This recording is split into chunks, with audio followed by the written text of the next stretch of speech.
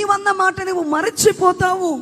నీవోడు ప్రతి మాట నీవు మరతువు కానీ దేవుండు మరచునా తీర్పుండు సుమ్మి అని అన్నారు.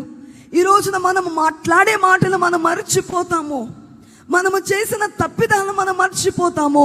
కానీ పరలోకమందున దేవుడు మరచిపోరట.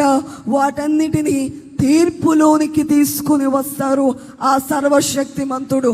అందుకని అంటున్నారు ప్రసంగి, ఈ లోకములో ఉన్నదంతయు అనుభవించిన ఆయన, the one who experienced kind of pleasure in this world is telling to be careful. అంత అనుభవించిన ఆయన అంటున్నారు జాగ్రత్తగా ఉండుమని అంటూ 12వ అధ్యాయములో మనము చూస్తే ప్రసంగి ఈయన తెలియజేసే what is the preacher preaching here. నేను చేసిన తప్పిదాన్ని బట్టి కలిగిన ఈ పరిస్థితులు, నేను చేసిన అపరాధాన్ని బట్టి కలిగిన ఈ పరిస్థితులను బట్టి ఏంటి నా జీవితం ఇలాగ అయిపోయింది, నా జీవితాన్ని నాశనం అయిపోయిందని